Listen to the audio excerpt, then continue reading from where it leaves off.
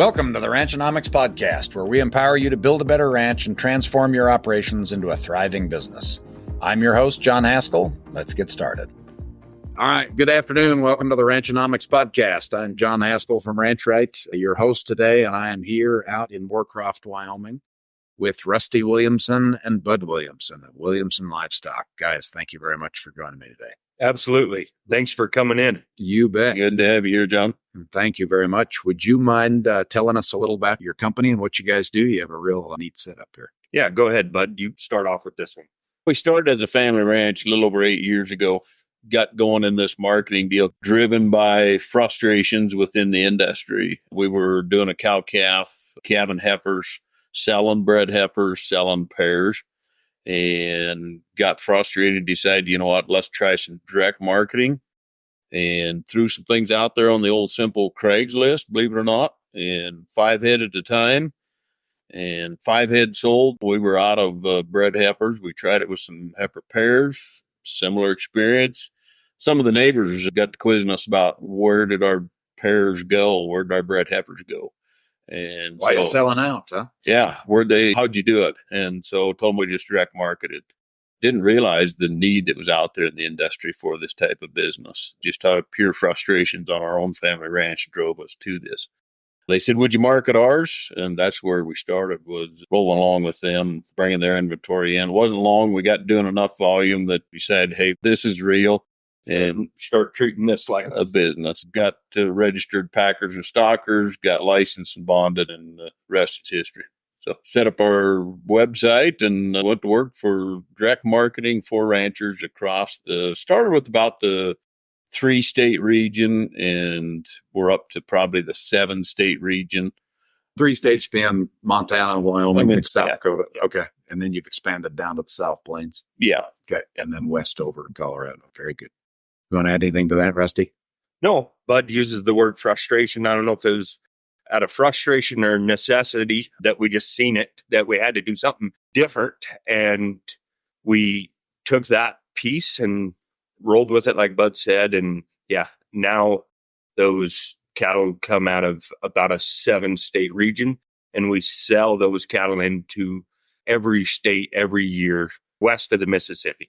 So the buyer pools got really big over the last 3-4 years. And of course, with the technology and social media reach, we've been able to branch out and reach a lot more people.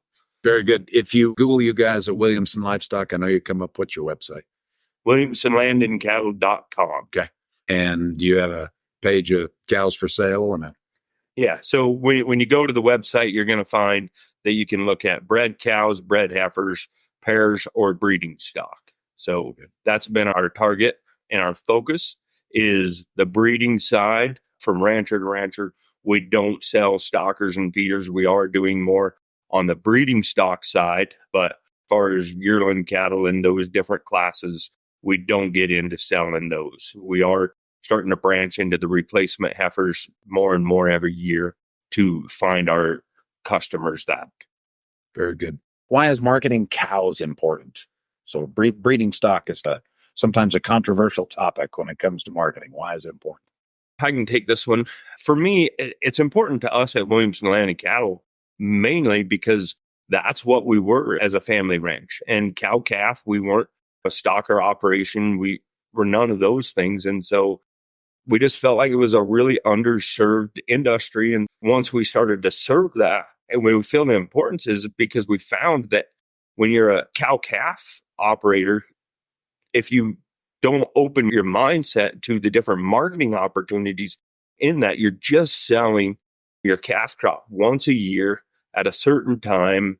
And we identified quickly through all the different schools we were going to and attending, from the Bud Williams and the Ann Barnharts and Wally Olsons and those different ones that were talking about this, that there's more opportunities to pick up more profit more times a year than just the one time a year. And then also understanding our inventory values of when they become overvalued and undervalued. And I think often listen to the different statements from Wally, and the number one cost I would agree with I think interest is starting to run up there with that cost. Years ago, the depreciation was the number one cost, and we weren't managing it as an industry with a cow-calf operation. And so if we can manage that depreciation of our cow-calf herd, I think that's why it's so important that we have a marketing plan as a cow-calf producer.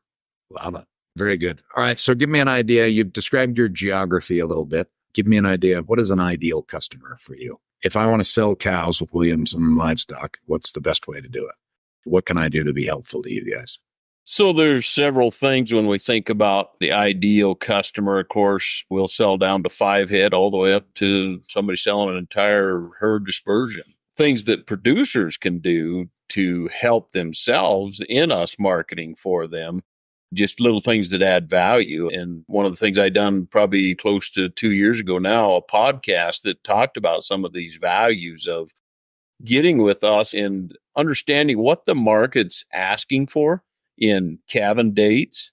Maybe there's certain bulls that are being requested, bloodlines. Like when we're selling breds, it's the ultrasounded into certain dates that's critical to us that can add some value. Wouldn't you say, Bud, that the calving date, knowing what it is more important than what the actual date is of if you calve in February, that's great. That fits certain people, but everybody wants a tight calving window.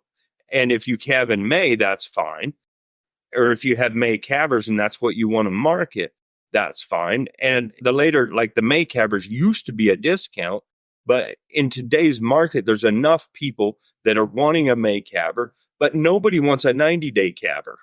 And so if the earlier we can get to ultrasound and know what those calving dates are and be willing to stand behind that and have the data, I would say the number one thing that our customers need to have that makes them a great customer for us and that they'll enjoy working with us is actually have the data of when were bulls turned in. Did we go through and ultrasound early enough to know? Even if we had a 90-day exposure, do we know which ones are in the first cycle, second cycle, third? Where do they fall in that?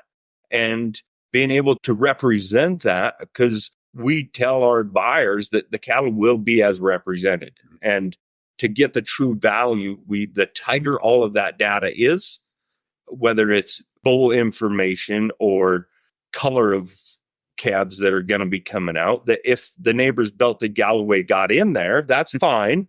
We understand that's going to happen, and buyers understand that. But what they don't understand is when we didn't tell them that it happened. And so having the data, being willing to visit with the customers, I think is a really, and then just having an open mindset of being willing to have conversations with a potential buyer.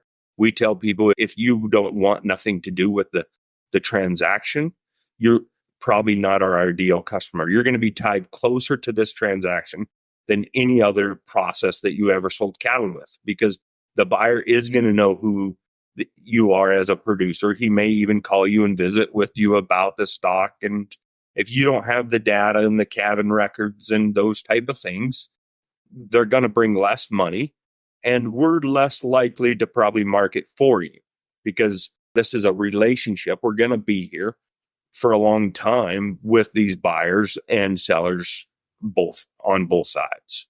The other thing that I guess really comes to mind is opening these producers' minds to, just because it's what your geographic or demographic area where you live, what the market is there, is opening your mind to what is needed in a different area. Our marketing isn't just, our market area for a rancher isn't our local market anymore. Right. It's all across the country. And maybe you wouldn't calve February heifers, but if there's a demand and a shortage for those, why would you not build the product that the market wants? And so that's where we can bring a ton of value back to producers that will step to the table, visit with us early about their marketing plan. Okay. And by early, we're talking even as early as pre-turnout, pre-bull turnout. Absolutely. Yeah. Having the conversation with us long before. When they call us up and say, hey, here's what I have, black heifers, bred to this date, bred to this bull, we're limited to what we can do with those. It's like how many thousand other groups out there, right? But if they can come to us, we can look at what is the market telling us that it wants. And if you build that, you've just put yourself in a better position within the market to sell. Yep. With that is understanding, don't build something without knowing the cost of what it takes. Maybe your area isn't conducive to breeding or to building February calving or fall calving bred heifers. Maybe it's too hot, too humid. You can't get them bred that time of year. Just because there's a demand in it and a market for them, right. I hesitate to say that you should build them. You should build them if it's profitable for you to build them. Right. And so knowing that maybe it's most profitable for you to build a May calving or a June calving heifer, that's really what fits you. And then let us help you find the market who's looking for the May calvers, if that's what's profitable for you. But maybe you got to have cattle in off of the feed grounds or the hay grounds or the crop grounds. And so the earlier they can leave, the better. And that's productive for you. That's going to be better than a northern Montana rancher trying to build a February calving heifer. Probably his cost is going to be a little higher and it's not going to be the most profitable. But if you're a big row crop guy, it may be really profitable for you to build a February, January calver. Yeah, and I notice on your map you cover everywhere from the panhandle of Texas to the Canadian border in that kind of Western Plains mountain state region. So there's some huge geography differences. Yes.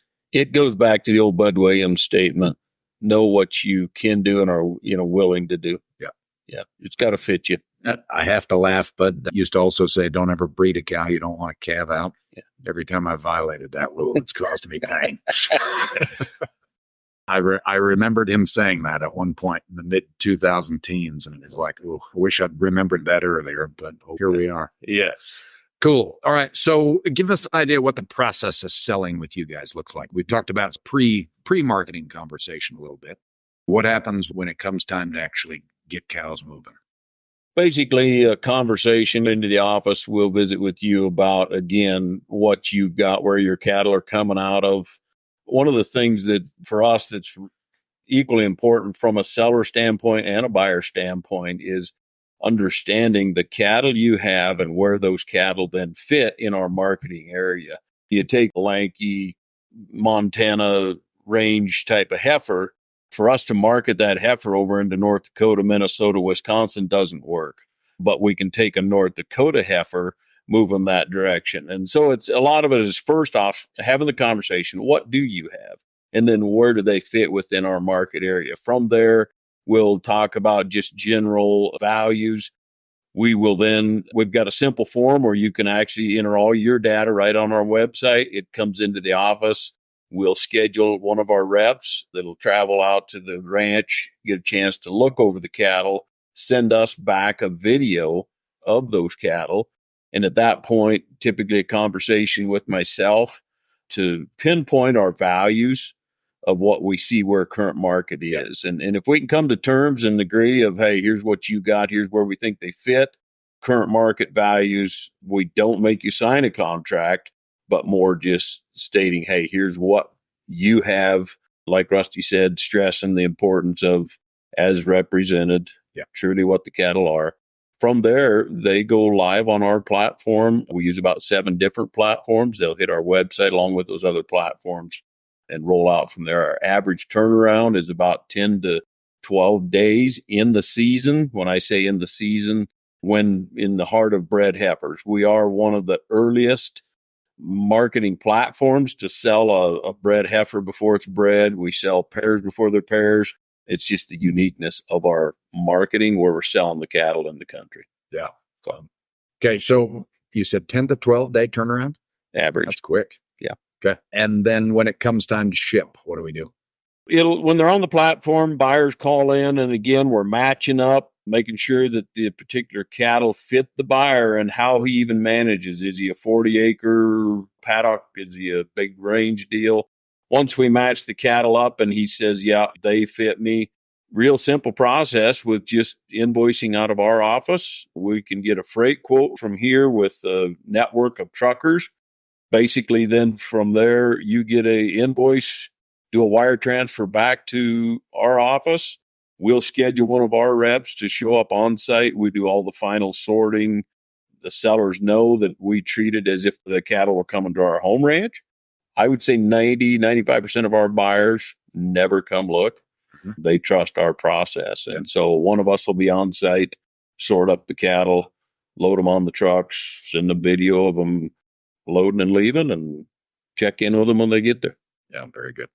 And then once the cattle, we've verified the head cattle, and then we release the funds back to the seller. Yeah. Before we schedule any trucks, we make sure that the funds are in the custodial account and are legitimate.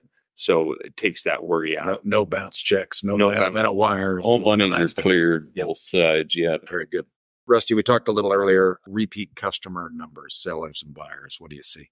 Repeat sellers and buyers over the last 5 years, it has been in the high 90% range. Of course, when we talk about repeat sellers and buyers, when you're talking about cow-calf operators, not necessarily are they selling cows or buying cows every year, but when they do, they continue to come back. Over 92% of them continue to come back and sell with us or buy with us, as long as we have the inventory there. Sometimes they're forced to have to go somewhere else. We've sold out of bred heifers that calve in February or May or whatever it is, and we just don't have any more inventory. That's getting less and less likely just because of the sheer volume we're starting to produce. Give me an idea of the volume that you got, like on your website, for example. Annually, it's somewhere around 30,000 head of bred cattle in pairs a year. Right. So that number last year was a little bit lower. I think we still hit the 30,000. We were anticipating being closer to 38, but just with the high calf prices and the interest rates and some of that, different producers decided to hold. And I think we've seen that across the United States. And I think it has a big reflection of even overall cow numbers. The cow numbers have decreased. Our numbers, our market share has increased every year. We're taking more market share in the bred side of things when you look at comparative to what we were selling in a week versus what others were selling at that same time frame. We're taking a larger percentage, but overall number is down. Annually, 30 to 40,000 head, I think, is going to be where we're at for the next couple of years. Yeah, very good. All right, sounds great. Anything else you guys want to add?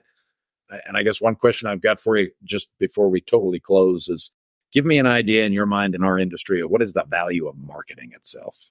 So there are lots of things I can focus on in my business. I can focus on growing more grass. I can focus on genetics. I can focus on labor efficiency. Where does marketing fit in that grand scheme of running an ag business? I put it this way. Do you do your own attorney work? Do you do your own accounting work or tax preparation? Probably not. Why would you do your own marketing? It has a bigger impact on your bottom line than hiring a lawyer or paying your tax man. And these are decisions that we need to be making throughout the year. We need to be talking almost quarterly, maybe even monthly with certain producers.